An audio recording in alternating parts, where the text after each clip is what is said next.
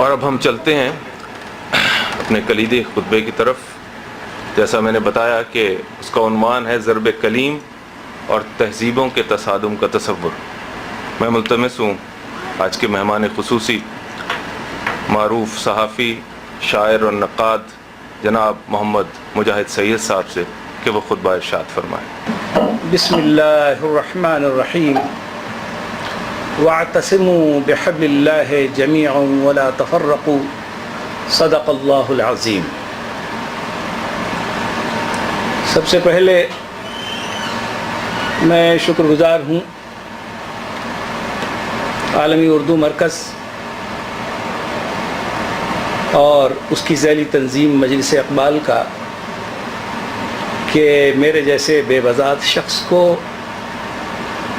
انہوں نے یہ موقع عطا فرمایا کہ اپنے چند پریشان خیالات اور وہ بھی اقبال کے تعلق سے آپ کے سامنے پیش کرنے کی جرأت کروں. نہ وہ میرا مقام ہے نہ وہ میرا مرتبہ، لیکن بہرحال آپ کا ایک پرانا دوست آپ کے سامنے اس وقت سما خراشی کے لیے موجود ہے اور آپ خوشی سے برداشت کر لے رہے ہیں، یہ میرے لیے خود ایک بڑی بات ہے. بےحد شکریہ آپ سب کا. اور بھائی سے تو ملاقات اکثر ہوتی ہے اور آپ سب حضرات سے بھی ملاقات ہوتی ہے. اللہ آپ کو اچھا رکھے. آپ لوگوں کے دم سے اردو کا یہاں غلغلہ ہے اور رسول بلاد جدہ میں. بےحد شکریہ. اب میں آتا ہوں اپنے موضوع کی طرف.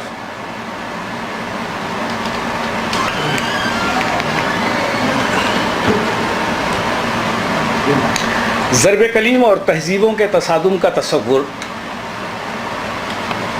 پہلی مرتبہ میں نے تہذیبوں کے تصادم، کلیش آف سویلائزیشنز کی اصطلاح دی اکونومسٹ میگزین کے 6 اگست 1994 کے شمارے میں پڑھی تھی. سیموئل ہنٹنگٹن ہارورڈ یونیورسٹی میں پروفیسر تھے. در حقیقت یہ اصطلاح انہی کی تراشی ہوئی ہے. دی اکونومسٹ کے اس شمارے نے پروفیسر موصوف کے چند مضامین اے سروے آف اسلام کے عنوان سے شائع کیے تھے. مضامین حاضہ کے ذیلی عنوانات اسلام اور مغرب کے تحت آئندہ جنگ، جیسا کہ وہ کہتے ہیں، فلائٹ کے درمیان دستی بم، خدا کی طرف سے پیسے کی ریل پیل، ہوا کے نام سب سے زیادہ پرفریب، یہ 1415 ہجری ہے، چھپا ہوا ہاتھ اور چھپا ہوا ہاتھ. میں نے عناوین کا ترجمہ کرنے کی کوشش کی ہے. تو ان سارے مضامین کا خلاصہ یہ ہے کہ سوویت روس کے ٹوٹنے کے بعد اب آئندہ اگر کسی تصادم کا اندیشہ ہے تو وہ ملکوں کے درمیان نہیں بلکہ یہ ٹکراؤ تہذیبوں کے درمیان ہوگا. پروفیسر موصوف کہتے ہیں کہ کنفیوشس کے اقدار پر مبنی تہذیب یا ہندو تہذیب مغربی یعنی یورپی امریکن تہذیب کے لیے کوئی خطرہ نہیں. مغربی تہذیب کو واقعتاً صرف اسلام سے خطرہ لاحق ہے. سیموئل ہنٹنگٹن نے ان مضامین میں قرآن مجید کے بلا شک ہونے پر اعتراض کرتے ہوئے کہا ہے کہ قرآن مجید میں پبلک لا سے متعلق صرف 80 آیات ہیں اور بقیہ جو آیات ہیں نعوذ باللہ وہ 7ویں صدی ہجری کی شاعرانہ عربی سے عبارت ہیں. اسلام میں عورت کا مقام، شورا کی حیثیت، ربا یعنی سود کا تصور اور انٹرنیشنل بینکنگ اور اسلامی ملکوں میں مغربی جمہوریت کی ضرورت پر ان مضامین میں تفصیل سے گفتگو کی گئی ہے. گفتگو کا انداز بظاہر شائستہ ہے، لیکن جن امور کو شک و شبہ کا نشانہ بنایا گیا ہے یہ سارے امور ہمارے ایمان کا جزو ہیں جن کے بغیر مسلمان تہذیبی اعتبار سے بھی مسلمان نہیں رہ سکتا.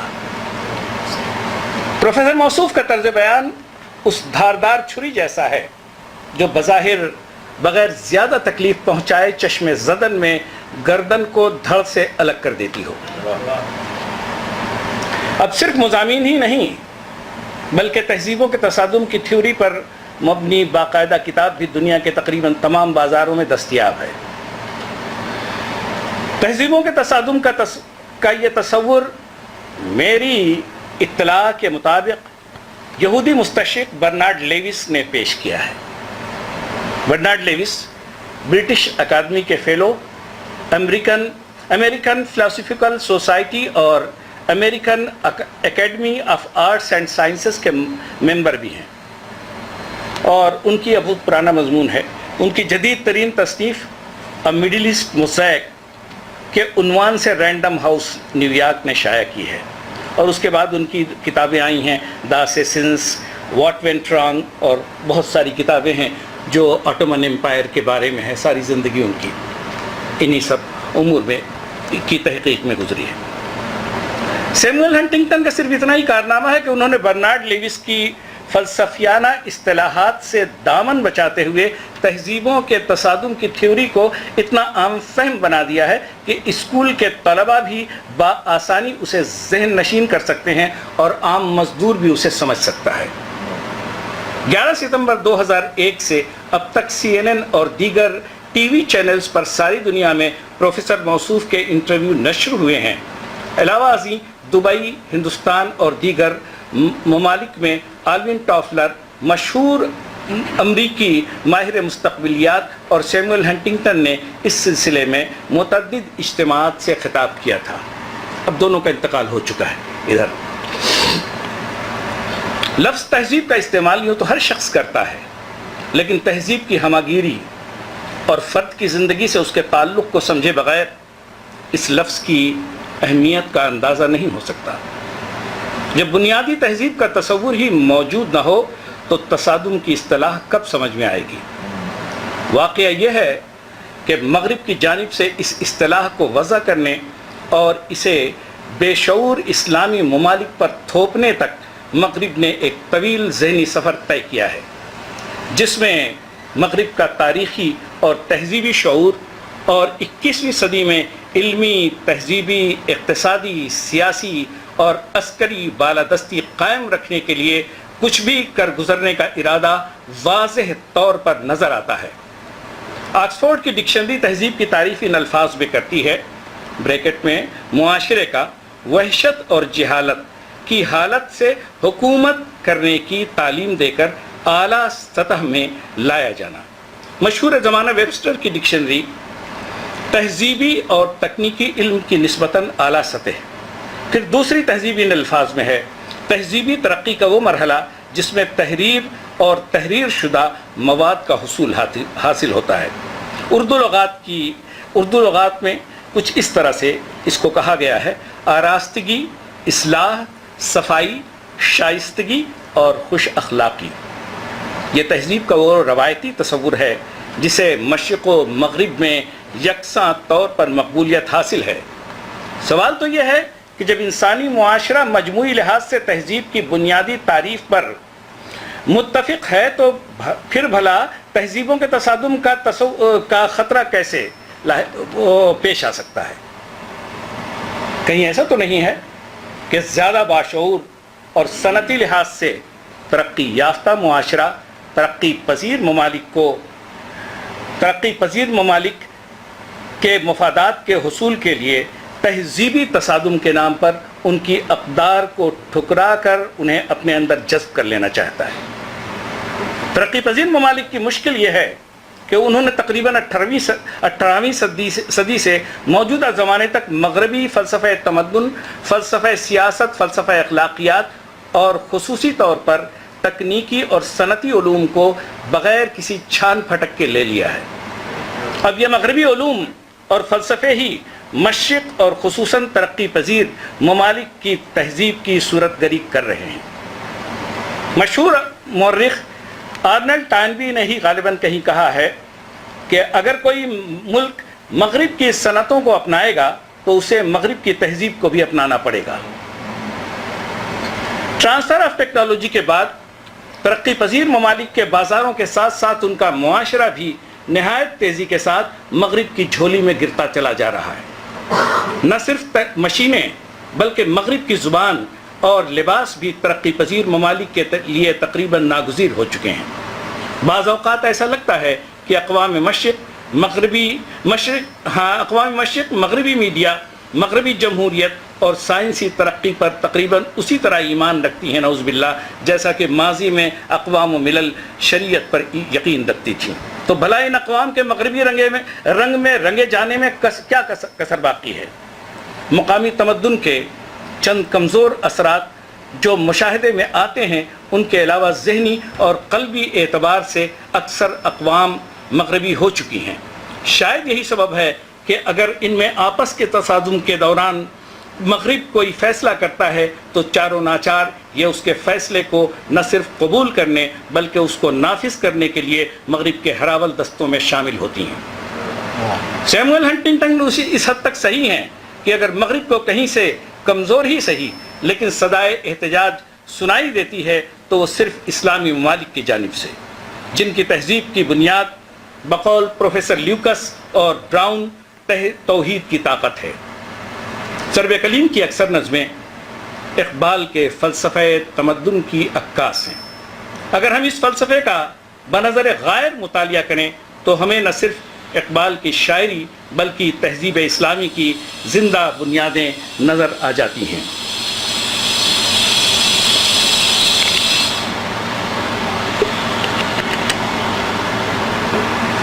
اقبال نقلی دانشوروں کی طرح تشکیک و تذبذب کا شکار نہیں، بلکہ مشرقی و مغربی فلسفوں پر گہری نظر ہونے کے سبب وہ تقابلی مطالعہ کر کے اس راز کو پا جاتے ہیں کہ دانش افرنگی پر مبنی تہذیب کے مقابلے میں پیغام ربانی پر مبنی تہذیب ہی انسانیت کے دکھوں کا مداوا ہو سکتی ہے۔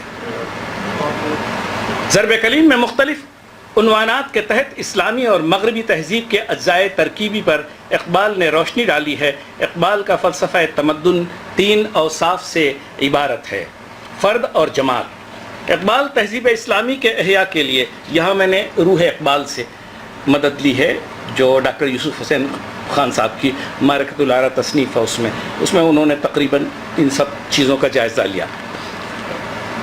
اقبال تہذیب اسلامی کے احیاء کے لیے توحید کو بنیاد مانتے ہیں۔ اس سلسلے میں ضرب کلیم کی نظم توحید ملاحظہ ہو: زندہ قوت تھی جہاں میں یہی توحید کبھی، آج کیا ہے فقط ایک مسئلہ علم کلام، روشن اس ضوء سے اگر ظلمت کردار نہ ہو، خود مسلمان سے ہے پوشیدہ مسلمان کا مقام، خود مسلمان سے ہے پوشیدہ مسلمان کا مقام۔ میں نے اے میر سپہ تیری سپہ دیکھی ہے، میں نے اے میر سپہ تیری سپہ دیکھی ہے، قل ہو اللہ کی شمشیر سے خالی ہے نیام، آہ اس راز سے واقف ہے نہ ملا نہ فقیہ، آہ اس راز سے واقف ہے نہ ملا نہ فقیہ، وحدت افکار کی بے وحدت کردار ہے خام، وحدت افکار کی بے وحدت کردار ہے خام۔ قوم کیا چیز ہے، قوموں کی امامت کیا ہے، اس کو کیا جانے یہ بیچارے 2 رکعت کے امام۔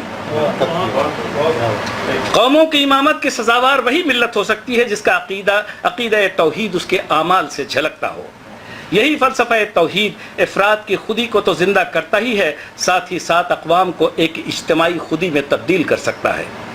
مغرب کو در حقیقت اسلام کے اسی عقیدہ توحید سے سب سے بڑا خطرہ ہے۔ مغربی مورخین اور مستشرقین اس عقیدہ توحید کو اپنی تحریروں میں بڑی اہمیت دیتے ہیں۔ Charles Lindholm the Islamic Middle East بھی عقیدہ توحید کو اسلامی انقلاب کی بنیاد تسلیم کرتا ہے۔ مشہور برطانوی نژاد مورخ جیم رابرٹس، جو بعد میں ساؤتھ ہیمپٹن یونیورسٹی امریکہ کا وائس چانسلر بھی رہا ہے، وہ بھی فلسفہ توحید کو اسلام کی سب سے بڑی اور بنیادی حرکی قوت تسلیم کرتا ہے۔ اقبال اسلام کی توحید کی بنیاد پر جس فلسفہ تمدن کی بات کرتے ہیں اس کو ڈاکٹر یوسف حسین خان نے فرد، جماعت، مقاصد آفرینی، مملکت اور تمدن کے عنوانات کے تحت تقسیم کر کے ایک مفصل جائزہ لیا ہے، جیسا کہ میں نے اشارہ کیا ہے، لیکن بقیہ میں نے دیگر کتابوں کا جو خلاصہ ہے اس میں جذب کر دیا ہے، انہی کے اس میں جو ہے مین ایک ٹیکسٹ میں۔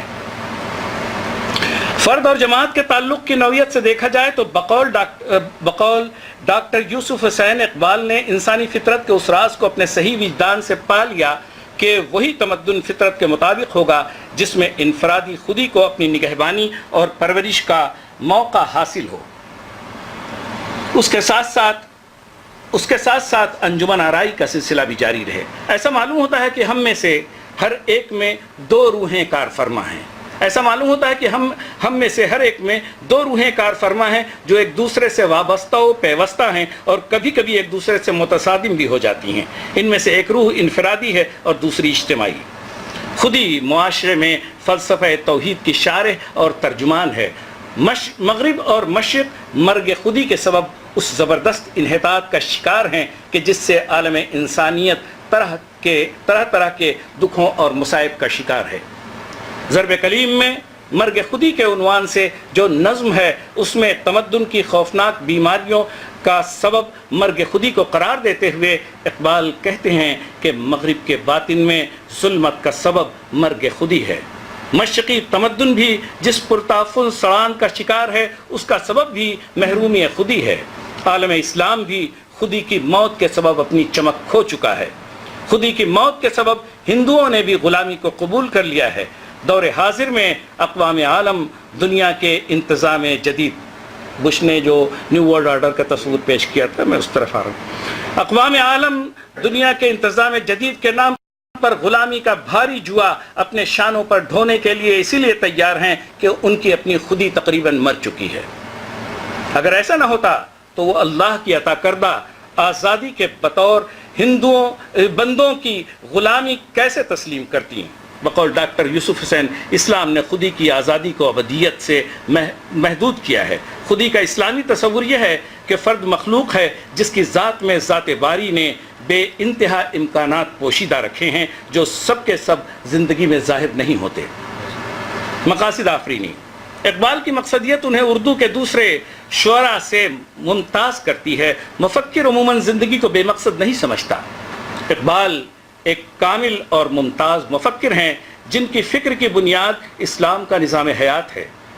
اقبال عصر حاضر کا عمدہ شعور رکھنے کے سبب عصر جدید کی کمزوریوں اور کوتاہیوں کو اجاگر کر کے متبادل کے طور پر اسلام کو تمام ادوار کے لیے روح عصر کے طور پر پیش کرتے ہیں۔ ضرب کلیم کی نظم عصر حاضر میں اقبال اس بات کا ماتم کرتے ہیں کہ جدید نظام تعلیم نے عقل کو بظاہر آزاد تو کیا لیکن خیالات کے انتشار کو ایک فکری نظام کے تابع نہ کر سکا۔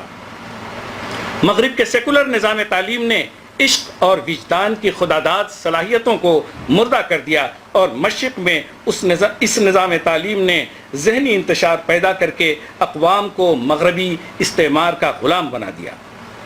اس تنقید اور تجزیے کے بعد اگر موجودہ عالمی تہذیب پر نظر ڈالی جائے تو ہمیں اقبال کا یہ خیال قطعی درست نظر آتا ہے کہ جو تہذیب اقدار کی تخلیق نہیں کرتی وہ بہت جلد لذت پرستی اور جمود کا شکار بن جاتی ہے اور اس کی نظر سے خیر و شر کا امتیاز اوجھل ہو جاتا ہے۔ مغربی تہذیب اپنی تمام تر ترقیات کے باوجود زبردست اخلاقی انحطاط کا شکار ہے اور اس سلسلے میں متعدد کتابیں اب موجود ہیں، ویسٹ میں دیکھیے اور اب ہمارے ہاں بھی موجود ہیں۔ مرد فرنگ اور ایک سوال نظموں میں اقبال نے مغربی تہذیب کے نمائندہ مرد و عورت کے اذہان کا بڑا معروضی جائزہ لیا ہے۔ مجھے حیرانی ہے کہ تقریباً 85 برس پہلے لیے گئے اس جائزے سے اسلامی تہذیب نے کوئی خاص فائدہ نہیں اٹھایا۔ اقبال کہتے ہیں کہ مغربی طرز معاشرت نے مرد کو بیکار اور عورت کو بانجھ کر دیا ہے۔ یہ ایک تاریخی حقیقت ہے کہ تاریخ کے کسی دور میں بھی مرد اور عورت کو بحیثیت مجموعی اپنی ساری زندگی کی محنت کا صلہ اتنی شدید مایوسی کی شکل میں نہیں ملا تھا کہ وہ ہڈیوں کو پگھلا دینے والی مشقت کے بعد خودکشی پر مجبور ہو۔ مغربی نظام حکومت نے مذہب سے بے تعلقی کے نتیجے میں انسان کو روحانی اقدار اور امیدوں سے محروم کر کے اسے دنیا کی مسابقت میں جانوروں سے بھی بدتر بنا دیا ہے۔ مغربی تہذیب کی ہر شعبے میں ہمہ گیری نے اقوام عالم کو 300 برسوں سے اپنے شکنجے میں کس کر ان کا خون چوس کر مٹھی بھر ایسا سرمایہ دار طبقہ پیدا کیا ہے جس نے عالم کی ساری اقوام کو یرغمال بنا کر انہیں غلام بنا لیا ہے۔ قدیم زمانے میں انسان کو اختیار کی آزادی حاصل تھی۔ آج انسان مغربی تہذیب کے بنے بنائے ہوئے سانچوں میں خود کو فٹ کرنے پر مجبور ہے۔ اس کے فٹ نہ ہونے کا مطلب ہے سماجی اور اقتصادی لحاظ سے اس کی موت۔ یہ غلامی بڑی خوفناک ہے۔ مغربی تہذیب نے افراد اور حکومتوں سے بڑے ہیرے سے ان کی آزادی چھین لی ہے۔ آلوین ٹافلر مغربی تہذیب میں آئلی زندگی کے مسائل پر گفتگو کرتے ہوئے کہتا ہے کہ کسی حد تک اقتصادی ڈھانچے کے چرمرا جانے کے سبب ہی مغربی معاشرے میں ہم جنسوں کی شادیاں، بغیر اولاد شادی، پیشہ ور والدین، ریٹائرمنٹ کے بعد بچوں کی پیدائش جیسے رجحانات پیدا ہوئے ہیں۔ ابھی صرف خاندان ٹوٹا ہے، اس کے بعد مغرب میں انسان بالکل یکا و تنہا ہوگا۔ کسی قسم کا سیاسی یا اقتصادی نظام اس کی اس تنہائی کا علاج نہیں کر سکے گا۔ اقبال کی دوربین نظریں مغربی معاشرے کے ان سارے مسائل اور رجحانات کو 20ویں صدی کی تیسری دہائی میں جبکہ یہ نظمیں لکھی گئی ہیں بخوبی دیکھ رہی تھیں۔ سیاست افرنگ نظم میں اقبال کہتے ہیں کہ سیاست افرنگ کے پجاری فقط امیر و رئیس ہیں، اپنی اصل کے لحاظ سے یہ ابلیس کے فلسفے پر یقین رکھتی ہیں۔ ابھی سورۃ البقرہ کی جو ہے آیات شریفہ کا آصف صاحب نے حوالہ دیا ہے بڑے خوبصورت انداز میں، اور اس میں نیابت خداوندی اور پھر حقیقت ابلیس کی طرف جو ہے اشارہ ہو گیا۔ اور دیکھیے، تری حریف ہے یارب سیاست افرنگ، مگر ہیں اس کے پجاری فقط امیر و رئیس، بنایا ایک ہی ابلیس آگ سے تو نے، بنائے خاک سے اس نے 200,000 ابلیس۔ مغربی استعمار سے اقبال نالاں ہیں۔ اٹلی نے ایتھوپیا ابیسینیا پر فروری 1935 میں حملہ کیا تھا۔ ابیسینیا جیسے کمزور ملک پر ہوائی، بحری اور بری راستے سے 6.5 لاکھ فوجی بھیجے تھے۔ مئی، جون اور جولائی 1935 میں ابیسینیا کو خون میں نہلا دیا گیا۔ اقبال کہتے ہیں کہ مغربی قوتوں کی مثال ایک ایسے بھیڑیے کی سی ہے جو بھیڑ کے معصوم بچے کی تلاش میں ہے۔ یورپ کے کرگسوں کو نہیں ہے ابھی خبر، کتنی ہے زہرناک ابیسینیا کی لاش، ہونے کو ہے یہ مردہ دیرینہ کاش کاش، تہذیب کا کمال شرافت کا ہے زوال، تہذیب کا کمال شرافت کا ہے زوال، غارت گری جہاں میں ہے اقوام کی معاش، ہر گرگ کو ہے برے معصوم کی تلاش۔ علامتی طور پر اس نظم کو آج بھی آپ نافذ کر سکتے ہیں اور اس کے روح کے اعتبار سے۔ اقبال نے تہذیب کے نام نہاد علم برداروں کی جس ریاکارانہ شرافت کا پول کھولا تھا، آج بھی مغربی تہذیب 1935 کے اسی ایجنڈے پر عمل درآمد کر رہی ہے، بلکہ حالات اور بدتر ہوئے ہیں۔ پہلے ظلم و زیادتی کے خلاف کمزور ممالک صف آرا ہوتے تھے تو ان کی حمایت میں ظالم کو کچھ ملامت کی جاتی تھی۔ اب حالات نے کچھ ایسا پلٹا کھایا ہے کہ اگر کوئی قوت ساری دنیا میں کسی بھی ملک یا تہذیب کو نشانہ بنائے تو اس کے خلاف آواز اٹھا کر کوئی ملک ماتوب ہونے کے لیے تیار نہیں۔ مغربی تہذیب نے ترقی پذیر ممالک کو کیا دیا ہے؟ ضرب کلیم کی نظم یورپ اور سوریا اس سلسلے میں چشم کشا ہے۔ فرنگیوں کو عطا خاک سوریا نے کیا، فرنگیوں کو عطا خاک سوریا نے کیا، نبی عفت و غمخاریوں کم آزاری، صلہ فرنگ سے آیا ہے سوریا کے لیے۔ دیکھیے آج بھی جو حالات ہیں، صلہ فرنگ سے آیا ہے سوریا کے لیے، میں و قمار و ہجوم زنان بازاری۔ شام و فلسطین کی سرزمین سے یورپ اور مغرب کو غیرت اور عفو و درگزر والا مذہب عیسائیت کی شکل میں ملا، لیکن انہوں نے اس سرزمین کو بدلے میں جوا، شراب اور بازاری عورتوں کا تحفہ دیا۔ مختصر سی اس نظم میں در حقیقت مشرقی تہذیب جس کا سرچشمہ ہدایت ربانی اور مغربی تہذیب جس کا منبع بے لگام اور کافر رقل انسانی ہے کا فرق صاف نظر آتا ہے۔ تہذیبوں کے تصادم کی مندرجہ بالا تھیوری کو پیش نظر رکھا جائے تو ایک بڑا سوال سامنے آتا ہے کہ مثبت اقدار کی حامل مشرقی تہذیب کافی حد تک منفی ایجنڈا رکھنے والی مغربی تہذیب سے متصادم ہے، یا مغربی استعمار اپنی خود غرضی اور مفاد پرستی کے نتیجے میں مشرقی ممالک اور خصوصاً عالم اسلام پر یہ تھیوری یا ذہنی جنگ مسلط کر رہا ہے۔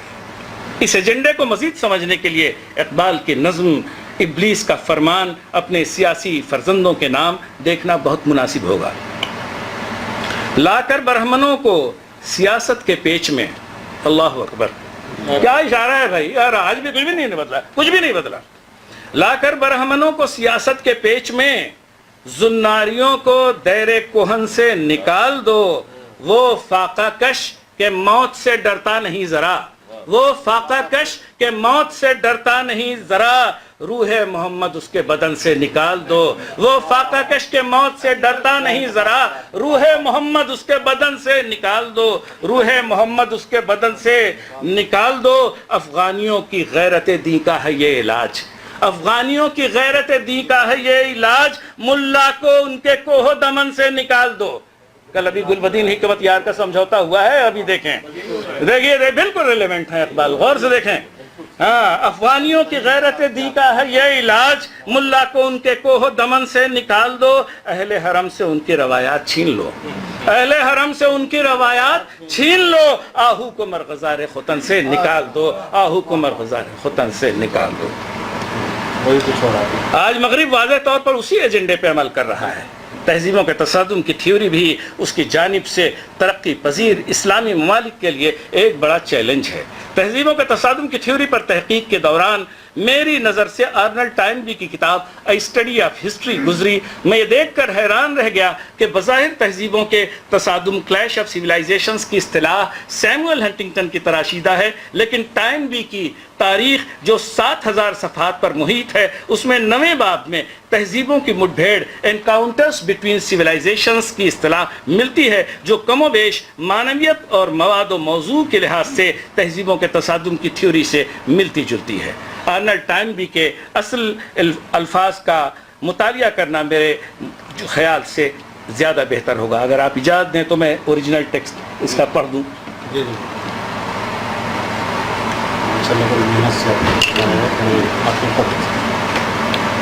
It is admitted that single civilizations are not always intelligible fields of study.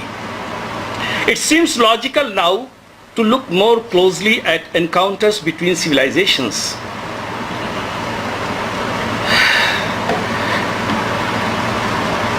I want to find out what happens when two civilizations that are contemporaries are brought into close cultural contact, usually at a time when one of them is in the process of disintegration. When one of them is in the process of disintegration, this type of encounter seems particularly important because most of the higher religions have arisen in places where several civilizations have intermingled. I first have to establish the facts about encounters, and with these facts at my command, I examine the effects which are disturbing and often alarming. I find that aggressive civilizations tend to stigmatize their victims as inferior in culture, religion, or race. The assaulted party reacts either by trying to force itself into line with the alien culture or by adopting an exaggeratedly defensive posture. Both reactions seem to me ill-advised. Encounters evoke terrible animosities and create enormous problems of coexistence. But I think that the early positive solution is for both parties consciously to attempt a mutual adjustment. دیکھیے جناب علی, a mutual adjustment. This is how the higher religions answered the problems, and in our present day world it is imperative that different cultures should not face each other in hostile competition but should seek to share their experience as they already share a common humanity. یہ بات تو اس نے کہی ہے, لیکن انہوں نے جس طرح سے اس کو ٹویسٹ کیا ہے. مغربی تہذیب کی یہ ایک بڑی خوبی ہے, مغربی تہذیب کی ایک بڑی خوبی ہے کہ مغربی حکومتیں تو پوری عسکری قوت کے ساتھ کمزور ممالک پر اپنے ایجنڈے کو نافذ کرتی ہیں, لیکن ان کے دانشور اور مورخین لیکن ان کے دانشور اور مورخین اپنی حکومتوں کو ایسے مشورے دیتے ہیں کہ ان کی حکومتیں اپنے مفاد بھی حاصل کر لیں اور ترقی پذیر ممالک مار کھا کر شکایت بھی نہ کر سکیں. جیسا کہ میں نے تہذیب کی تعریف آکسفورڈ اور ویبسٹر کی ڈکشنریوں کی روشنی میں پہلے ہی کر دی ہے. مغرب میں تہذیب کا تصور تاریخ کا وہ دور ہے جس میں قوموں کا کچا چٹھا تحریری شکل میں موجود ہو. مغرب اس تحریری مواد میں اپنی شکل انسانیت دشمن تہذیب کی حیثیت سے دیکھنا نہیں چاہتا. مغرب اس یعنی ریکارڈ کی شکل میں وہ دیکھنا نہیں چاہتا کہ اس کو انسانیت دشمن قرار دیا جائے.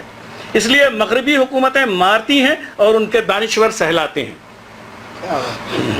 یہ دو رخی پالیسی 19ویں اور 20ویں صدی میں خاصی کامیاب رہی ہے.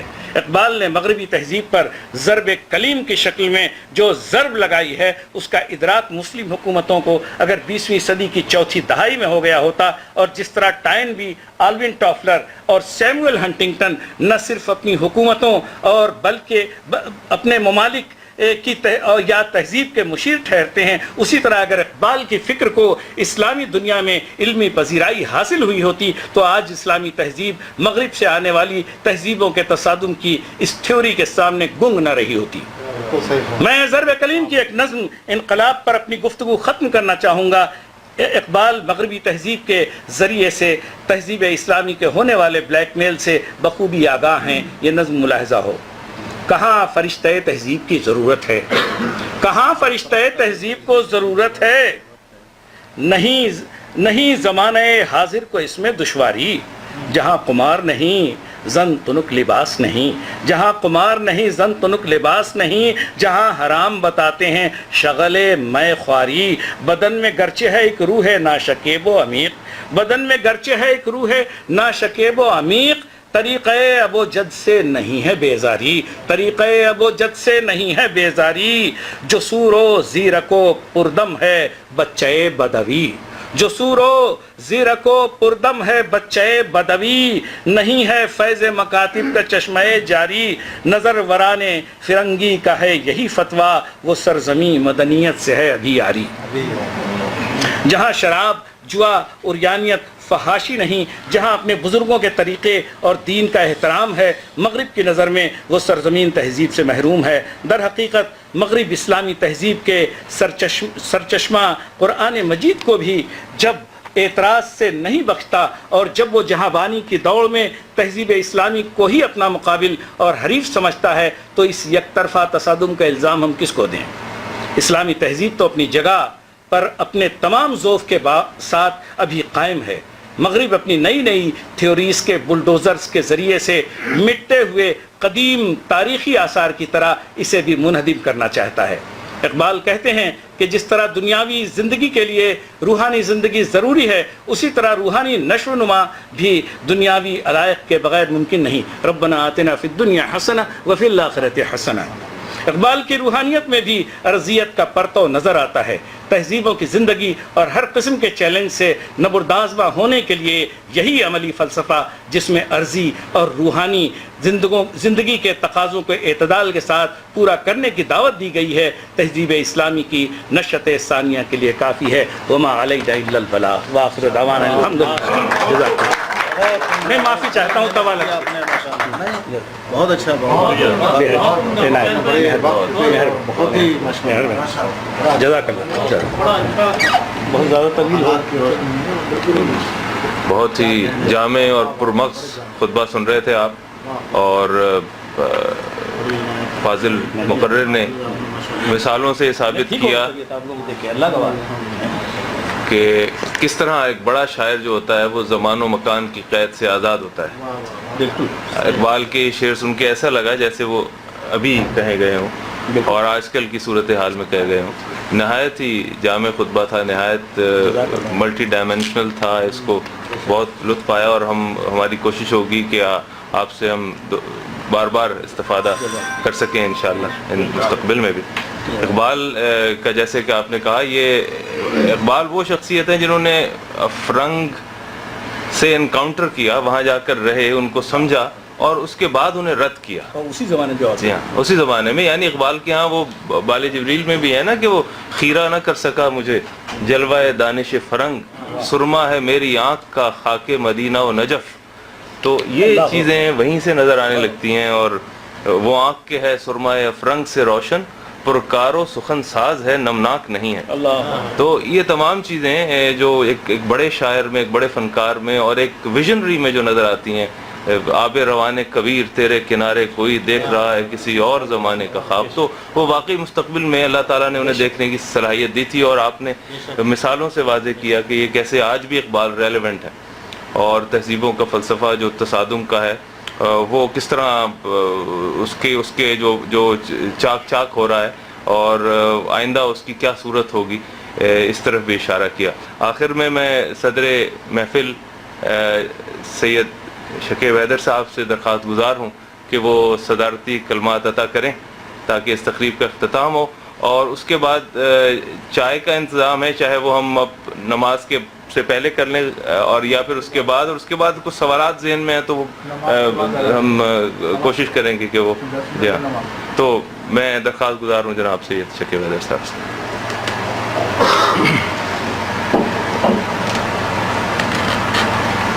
السلام علیکم. وعلیکم السلام. محبان اردو مرکز, آج یہ پہلی بار مجھے موقع ملا ہے اس طرح کی بیٹھک میں شامل ہونے کا, اور اس قدر مجھے خوشی محسوس ہوئی یہ سن کر. وہ صحیح معنوں میں جس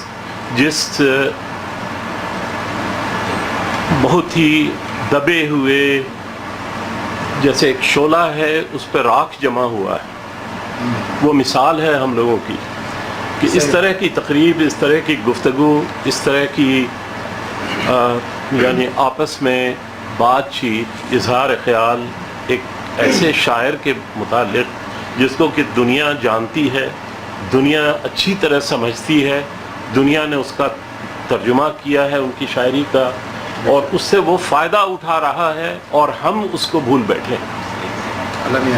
بالکل. تو آج کا جو نوجوان ہے, چاہے کوئی بھی ڈگری وہ اس کے پاس ہو, آپ اس سے پوچھیں کہ اقبال پہ دو چار بات کرو, اس قابل نہیں ہے. وہ لونج ہو گیا ہے. اس کو اس طرح کی تعلیم میسر ہی نہیں ہے کہ وہ اقبال پہ کچھ خیال, اپنا اظہار خیال کرے, اس کے بارے میں اس پر روشنی ڈالے, اس کو سمجھے, اپنے آنے والے نسل کو سمجھائے کہ اقبال کیا تھا اور کس کے لیے پیدا ہوا, اور کس طرح لوگوں نے اس کو بھلا دیا. آج ہم ان کو بھلائے بیٹھے ہیں. تو ہمارے دل و دماغ کو تو انہوں نے جھنجھوڑ دیا. طالب علمی کے زمانے میں اس طرح کی گفتگو ہوا کرتی تھی, اور اس کے بعد جب ذریعہ معاش کا دور شروع ہوا, سب چیزوں کو بھلا بیٹھے ہم لوگ, اور یہی سلسلہ جاری ہے. لیکن میری گزارش یہ ہوگی سبوں سے, اور خاص کے اردو مرکز سے, کہ مشاعرہ وغیرہ تو ہم لوگ کرتے رہتے ہیں اور کرتے رہیں گے انشاءاللہ, لیکن کم سے کم اس طرح کی گفتگو, مکالمات, اور اقبال کے اوپر نثری مکالمات, اس طرح کی یہ چیز رہنی چاہیے. اس سے جو ہماری نئی پود ہے ان کے اندر ایک بیداری پیدا ہوگی, ایک سمجھ بوجھ ہوگا کہ ہاں ہمارے مذہب میں بھی آج تو ہم سمجھتے ہیں کہ انگریز ہمارا سب کچھ ہے,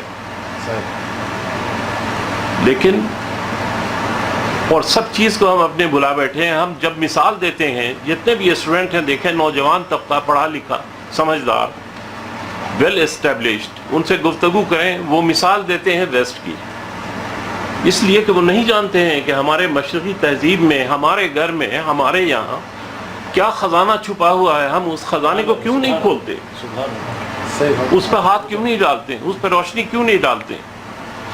تو یہ سب سے بڑی ہماری نااہلی ہے, اور ہمیں اس طرف بہت ضرورت ہے کہ ہم توجہ دیں. اور سب سے بڑا نقصان ہمیں یہ ہوگا کہ جو آج ایک ہمارے ساتھ ہم جیسے عمر کے لوگ ہیں, کل وہ نہیں ہوں گے. کون پڑھے گا یہ مکالمہ, کس کے اندر اتنی صلاحیت ہے کہ وہ اس طرح آ کے ہمیں بتائے اور سمجھائے اور روشنی دکھائے. تو جتنا